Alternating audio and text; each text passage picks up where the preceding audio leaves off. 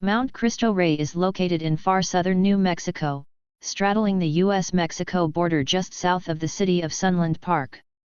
It reaches an elevation of 4,675 feet above sea level, rising 939 feet above the Rio Grande River below.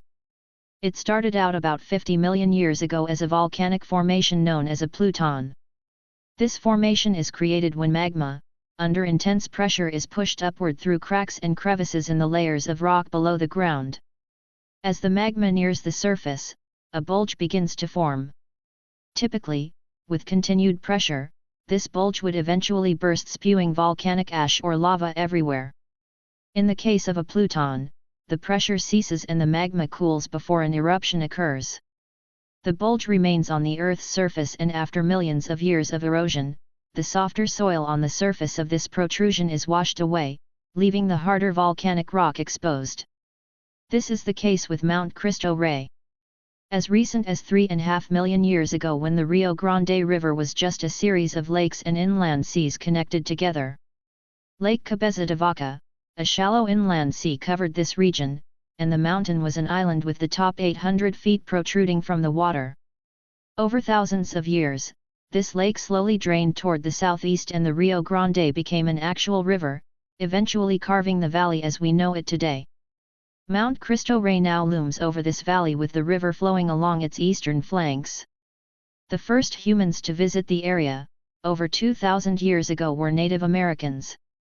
Many different tribes over the years, mostly hunters and gatherers, built pueblos and pit houses for shelter and grew crops in the fertile Rio Grande Valley at the base of Mount Cristo Rey. The first Europeans to visit this area were Spanish explorers and conquistadors as they traveled north from central Mexico to look for riches in what is now New Mexico. One of the most significant of these explorers was Don Juan De Onote, a Spanish conquistador who in the year 1598, arrived in what is now the community of San Elizario in El Paso's lower valley. His mission was to claim all land along the Rio Grande River as belonging to Spain and to colonize what was to be called New Mexico. On April 30, 1598, in a ceremony a few miles from the mountain, he officially dedicated all land along the Rio Grande as belonging to Spain. Then proceeded to blaze a trail to present-day Santa Fe, New Mexico, where the capital city of what was called New Mexico was built. This trail, named El Camino Real de Tierra Adentro, the Royal Road of the Interior, or commonly called El Camino Real. This road became a major trade route from Mexico City to Santa Fe. The gap between Mount Cristo Rey and the Franklin Mountains, where the Rio Grande River flowed, became known as El Paso del Norte, the Pass of the North.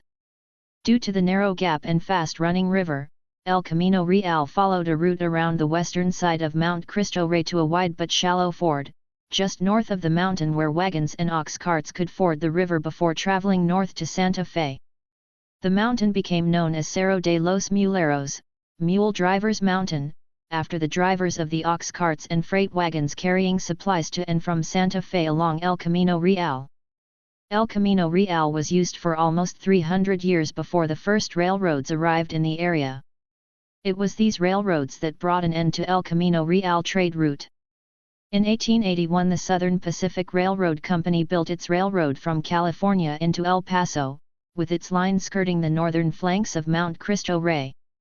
Weeks later, the Santa Fe Railroad Company built its railroad down from Albuquerque, New Mexico, following much of the old El Camino Real's route, but instead of being west of the mountain, the railroad went east alongside the Rio Grande River through the pass and into the village of El Paso. Along with the railroads, came the railroad towns of Anapra, Pili, and Bowen, all at the base of Mount Cristo Rey. The mountain later carried the name Rodadero Peak. The origin of the name is unknown. Once the railroads came, the community of El Paso population exploded, bringing much industry to the area. American Smelting and Refining Company built a large smelter operation just east of Mount Cristo Rey, just across the Rio Grande River, and the company town of Smelter Town was built. Smelter Town was where the employees of the smelter lived and had a church, grocery store, school, and many other businesses. In the year 1933, Friar Lourdes Costa, the priest of the Smelter Town church, had a vision to erect a statue of Jesus Christ atop the peak. A year later a wooden cross was erected, then later the same year it was replaced by a bigger iron cross. In 1939 Friar Costa employed a Spanish sculptor by the name of Urbicay Soler to carve a 29-foot-tall statue out of blocks of limestone. It sits atop a 13-foot base, giving it a total height of 42.5 feet above the ground. The statue was completed on October 29, 1939, and still stands today. Today the Catholic Diocese of El Paso owns the land where the statue is, and thousands of people annually hike up the trail to the top of the peak to visit the statue and to admire the view of 2 countries and 3 states.